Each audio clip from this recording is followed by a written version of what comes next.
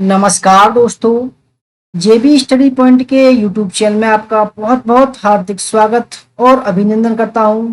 तो friends, PGT, PGT, PAT, PCS के लिए पॉलिटी सिविक्स यानी कि राजनीति और नागरिक शास्त्र का प्रैक्टिस सेट 9 लेकर हम हाजिर हैं आज।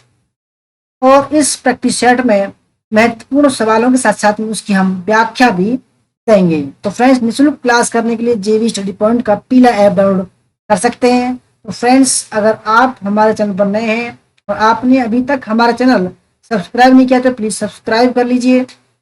उसके पास में जो बेल आइकन उसको प्रेस कर लीजिए, जिससे कि आने वाले वीडियो को नोटिफिकेशन आपको पहले मिल सके। वीडियो को लाइक और शेयर जरूर कीजिएगा। फ्रेंड्स, हमारा ये वाला ऐप है, डाउनलोड कर सकते हैं आप। तो पहला सवाल आपके सामने ये है और आपको इस सवाल में 20 सेकंड का समय दिया जाएगा कमेंट करने के लिए। तो पहला सवाल है, हॉब्स ने निम्नलिखित में से किस पुस्तक में सामाजिक समझौते के सिद्धांत को प्रतिपादित किया था? आपके सामने 4 ऑप्शन दे रखे हैं और आपको 20 सेकंड का समय दिया जा रहा है कमेंट करने के लिए। आप ये समझिए कि आप रियल एग्जाम दे रहे हो, ठीक है? आप सच का एग्जाम दे रहे हो, आप एग्जाम में बैठ रहे हो। तो पहला ऑप्शन है the republic, the prince, Leviathan. Option number 4 grammar of politics.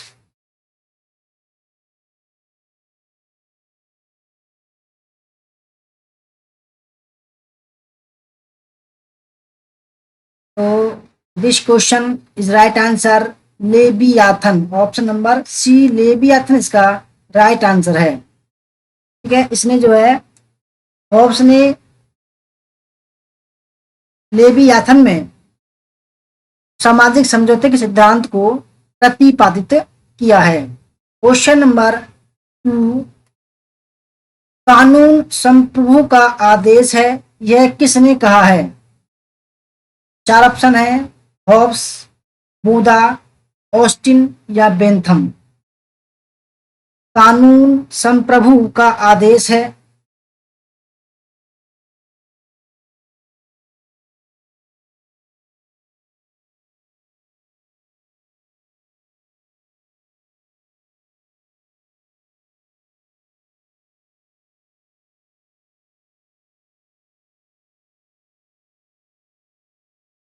तो फ्रेंड्स, कानून संप्रभु का आदेश है, ये कहा है ऑस्टिन ने। ऑप्शन नंबर सी इसका राइट आंसर है, ऑस्टिन ने कहा है, ठीक है?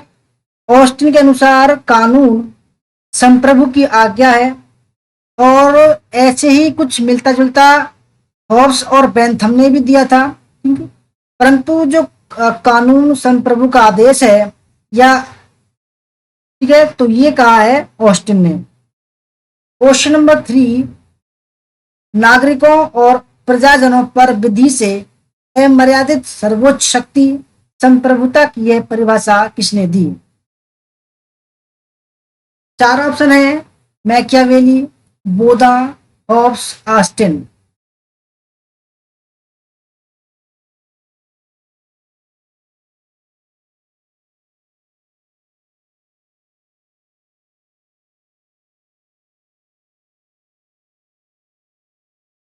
तो फ्रेंड्स, संप्रभुता की यह परिभाषा किसने दी? संप्रभुता जो शब्द है, उसका जो सबसे पहला जो प्रयोग किया था, वो किया था बोधा ने। और इस सवाल का जो राइट आंसर है बोधा ही है, ठीक है? क्योंकि संप्रभुता शब्द का सर्वप्रथम प्रयोग बोधा ने किया था। उसने कहा था कि नागरिकों और प्रजाजनों पर विधि से अमर्यादित के ऊपर नागरिकों और शासितों, ठीक है, के ऊपर ऐसी शक्ति है जिस पर कानून के कोई बंधन नहीं होते। तो friends, right answer option number B. Question number 4 है आपके सामने, उस संप्रभु के पीछे जो वकील मान्यता देते हैं, एक अन्य संप्रभु होता है जिसके समक्ष कानूनी संप्रभु को झुकना पड़ता है, यह कथन किसका है? गेटेल, गार्नर, डायसी या रूसो।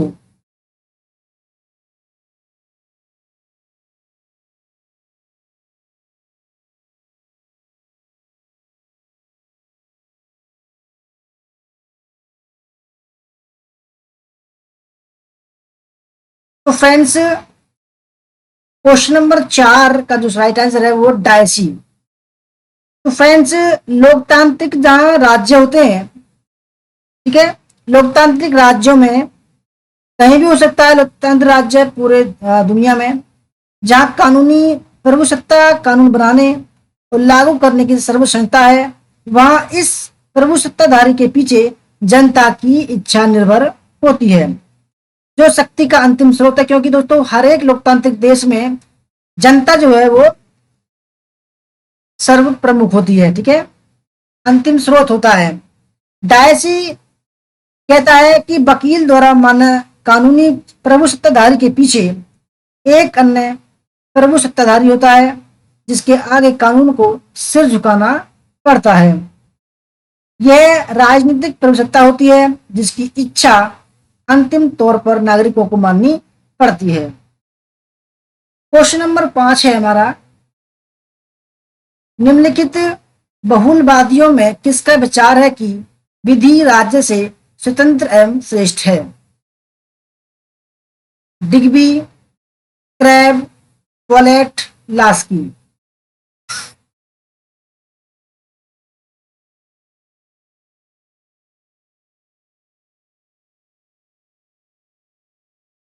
निम्नलिखित बहुलवादियों में किसका विचार है कि विधि राज्य से स्वतंत्र एवं श्रेष्ठ है? फ्रेंड्स, राइट आंसर इसका Leo Digby, option number first. Option number first है, लियो डिग्बी कहता है कि कानून का आधार सामाजिक मजबूती है और कानून को अस्तित्व में लाने का श्रेय राज्य को नहीं, वह राज्य की उत्पत्ति से भी पहले विद्यमान था और उसका स्थान राज्य से ऊंचा है, ठीक है। क्वेश्चन नंबर 6, ऑस्टिन के संप्रभुता के सिद्धांत की आलोचना किसने की? व्यक्तिवादियों ने, उपयोगितावादियों ने, बहुलवादियों ने या श्रम संघवादियों ने?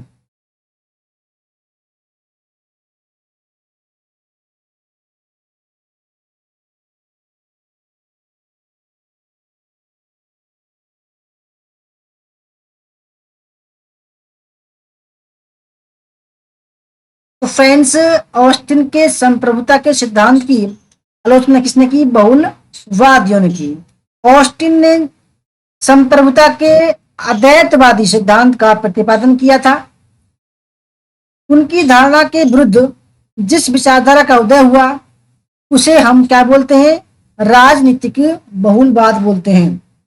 बहुलवाद को संप्रभुता की अद्वैतवादी धारणा के विरुद्ध एक ऐसी प्रतिक्रिया कहा जाता है जो राज्य के अस्तित्व को बनाए रखना चाहती है, किंतु राज्य की संप्रभुता का अंत करना श्रेयस्कर मानती है। क्वेश्चन नंबर 7, बहुलवादियों की मान्यता है कि बहुलवादियों, तो ऑप्शन नंबर फर्स्ट है, संप्रभुता निर्बाध है, संप्रभुता अविभाज्य है, संप्रभुता असीमित है या संप्रभुता विभाजित है?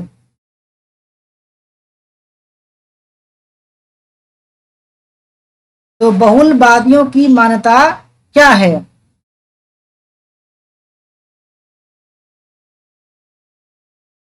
तो फ्रेंड्स, बहुलवादिया जो वादी होते हैं वह संप्रभुता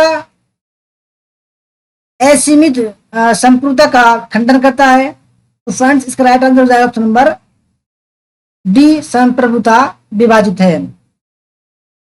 असीमित संप्रभुता का खंडन करता है बहुलवादिया, और आंतरिक व बाह्य दोनों ही क्षेत्रों में संप्रभुता को सीमित मानता है। आंतरिक क्षेत्र में राज्य की शक्ति स्वयं अपनी प्रकृति तथा नागरिकों एवं समुदाय के अधिकारों से सीमित होती है, तथा बाहरी क्षेत्र में राज्य की शक्ति अंतर्राष्ट्रीय कानून और अन्य राष्ट्रों के अधिकारों से सीमित होती है। संप्रभुता विभिन्न समुदायों में या राज्य के अंगों में विभाजित होती है। क्वेश्चन नंबर 8 है, जो लेखक राज्य को संघों का संघ मानते हैं उन्हें कहा जाता है समाजवादी, संघवादी, अराजकतावादी या बहुलवादी? जो लेखक राज्यों को संघों का संघ मानते हैं उन्हें कहा जाता है।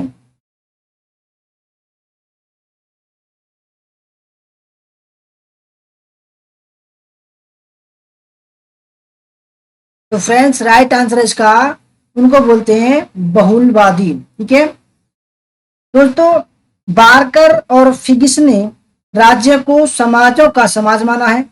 समाजों का समाज, राज्य को। वारकर ने राज्य को समूह का समूह तथा समुदायों का समुदाय भी माना है। लिंड से राज्य को संगठनों का संगठन तथा सहचर्यों का सहचर्य मानता है। ये जो सभी जो लेखक हैं ये बहुलवादी विचारधारा के हैं। लास्की भी कहता है कि राज्य अन्य संघों में संतुलन स्थापित करता है, अतः वह संघों का संघ है। तो ऑप्शन नंबर इसका डी राइट आंसर है। क्वेश्चन नंबर 9 है, व्यक्ति राज्य में उतना ही स्वतंत्र है जितना वह प्राकृतिक अवस्था में था। यह कथन किसका है? हॉब्स, लॉक, रूसो, ग्रीन का।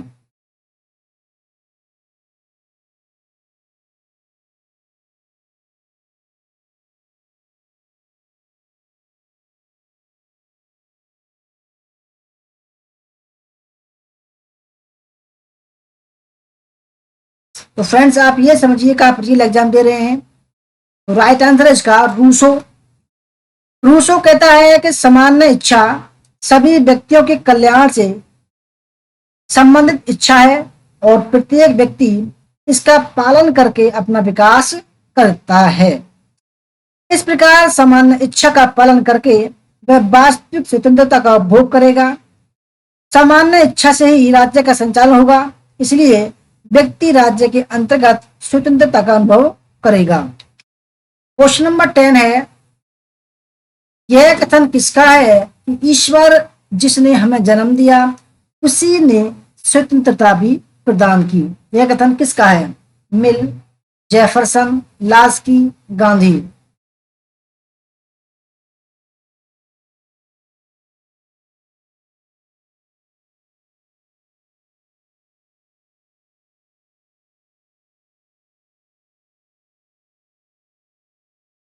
तो फ्रेंड्स ईश्वर जिसने हमें जन्म दिया उसी ने स्वतंत्रता भी प्रदान की, यह कहा था ऑप्शन नंबर बी जेफरसन ने।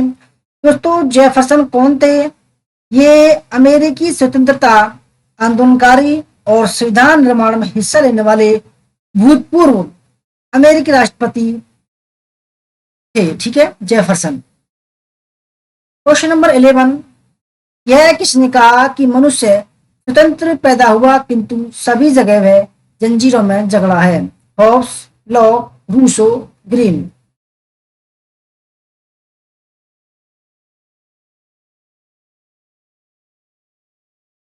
वेरी वेरी सिंपल और इंपोर्टेंट सवाल है। तो फ्रेंड्स राइट आंसर है रूसो। ये कहा है रूसो ने, नंबर सी। क्वेश्चन नंबर 12, जीवन, स्वतंत्रता तथा संपत्ति व्यक्ति के प्राकृतिक अधिकार हैं। यह कथन किसका है?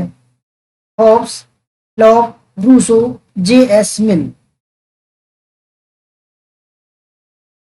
जीवन, स्वतंत्रता तथा संपत्ति व्यक्ति के प्राकृतिक अधिकार हैं, यह कहा है लॉक ने, नंबर बी। क्वेश्चन नंबर 13, अपने ऊपर, अपने शरीर और मन पर व्यक्ति स्वयं प्रभु है।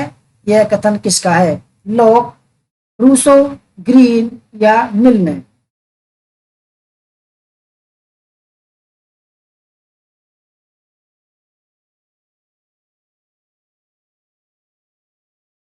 फ्रेंड्स यह कहा है मिल ने, ऑप्शन नंबर डी मिल ने। क्वेश्चन नंबर 14, किसने कहा था कि व्यक्ति के स्व संबंधी कार्यों में राज्य को हस्तक्षेप नहीं करना चाहिए? लॉक, रूसो, मिल या ग्रीन।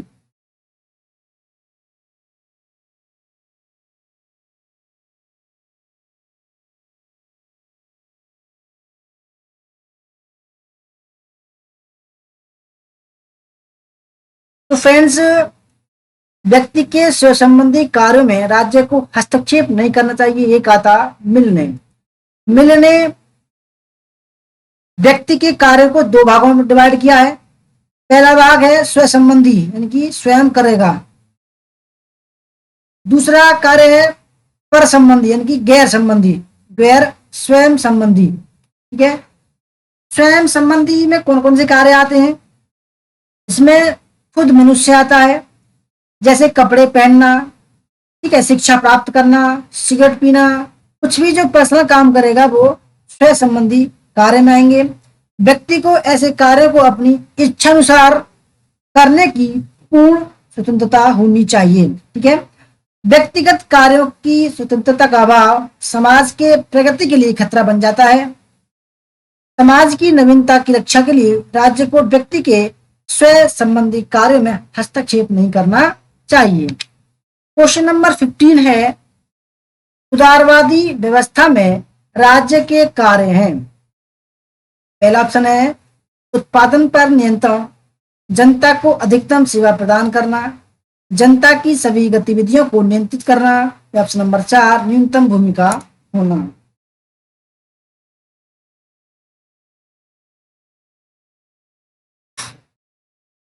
तो उदारवादी व्यवस्था में राज्य के कार्य हैं।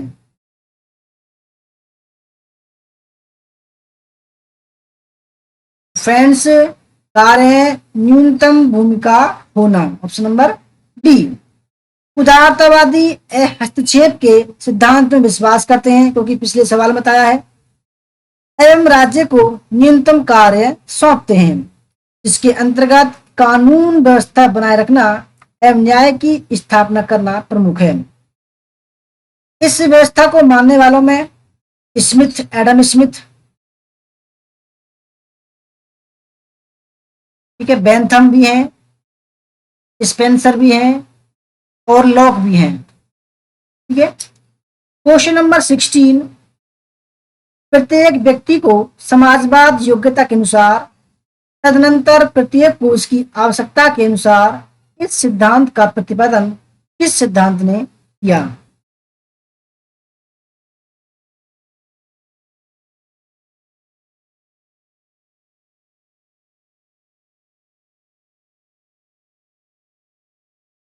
प्रत्येक व्यक्ति को समाजवाद योग्यता के अनुसार, उसके बाद प्रत्येक को उसकी आवश्यकता के अनुसार इस सिद्धांत का प्रतिपादन किसने किया? तो फ्रेंड्स, इसका राइट आंसर है वैज्ञानिक समाजवाद ने किया था। ठीक है, option number B.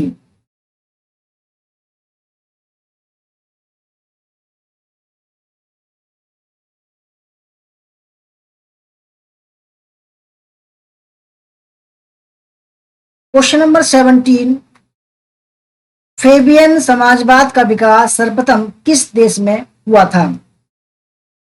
England, Spain, Italy या जर्मनी? फेबियन समाजवाद का विकास सर्वप्रथम किस देश में हुआ था?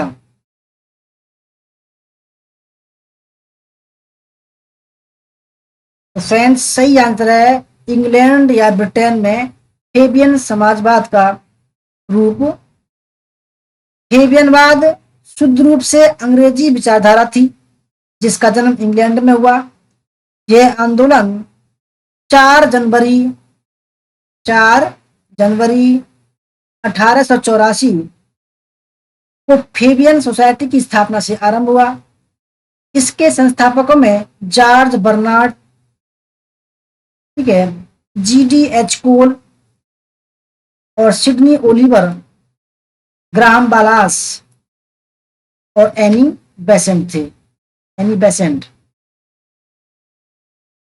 क्वेश्चन नंबर 18, निम्नलिखित में से कौन राज्य को वर्ग शासन का परिणाम तथा उपकरण मानता है? मार्क्स, हॉब्स, मिल या ग्रीन?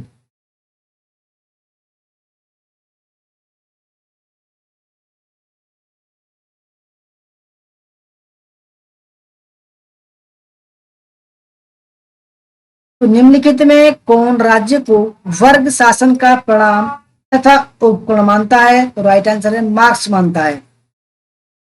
मार्क्स के अनुसार दास प्रथा के युग में स्वामी वर्ग के सदस्यों अल्पसंख्यक में होने के कारण बहुसंख्यक समाज के विरुद्ध अपनी स्थिति बनाए रखने के लिए उन्हें शक्ति का आश्रय लेना पड़ता है।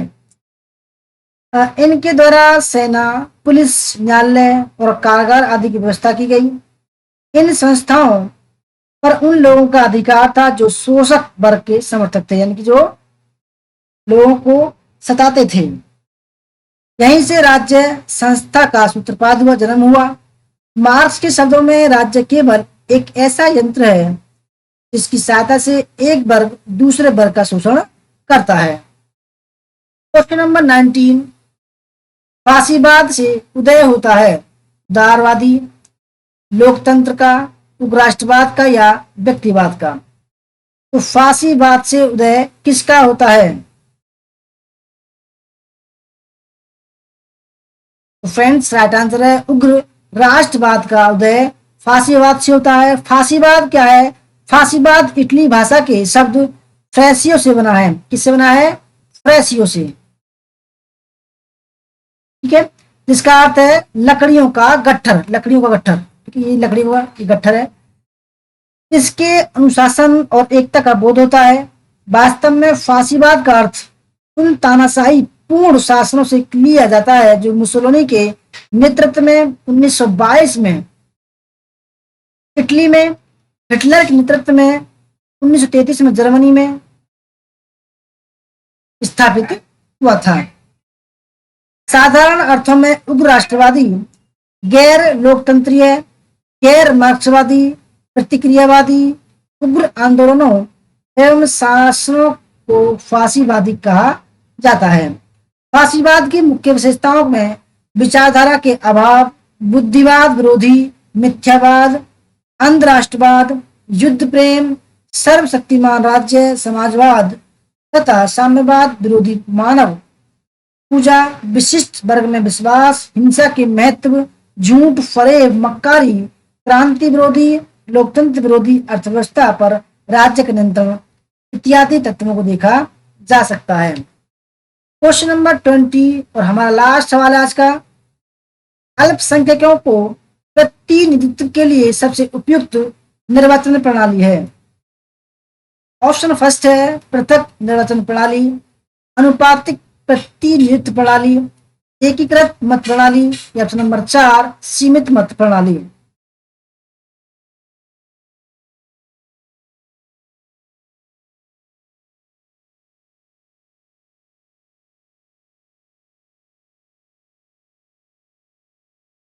अल्पसंख्यकों को प्रतिनिधित्व के लिए सबसे उपयुक्त निर्वाचन प्रणाली है। तो फ्रेंड्स राइट आंसर है अनुपातिक प्रतिनिधित्व प्रणाली, क्योंकि हर राजनीतिक समाज में या हर समाज में अनेक हित स्वार्थ के लिए वह अल्पसंख्यक होते हैं। इन हितों व अल्पसंख्यकों के आधार पर अनेक छोटे छोटे दल व समूह हर राजनीतिक व्यवस्था में बनते रहते हैं।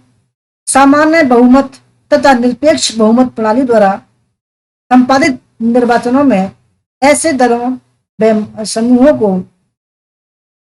उचित व उनके समर्थन के अनुपात में प्रतिनिधित्व नहीं मिलता। उन्हें उचित तथा अनुपातिक प्रतिनिधित्व मिल सके, इसके लिए निर्वाचन की अनुपातिक प्रतिनिधित्व प्रणाली का विकास करना चाहिए। तो फ्रेंड्स ये थी हमारी क्लास, आपको कैसी लगी और कितने आपके सही हुए? अगर वीडियो अच्छी लगी हो तो प्लीज लाइक कर दीजिएगा और अपने दोस्तों को जरूर शेयर कर दीजिएगा, ठीक है। ऐसे ही क्लास करने के लिए हमारा ऐप डाउनलोड कर सकते हैं जिसका नाम है जेवी स्टडी पॉइंट पीला ऐप। फ्रेंड धन्यवाद क्लास करने के लिए। जय हिंद, जय भारत, वंदे मातरम।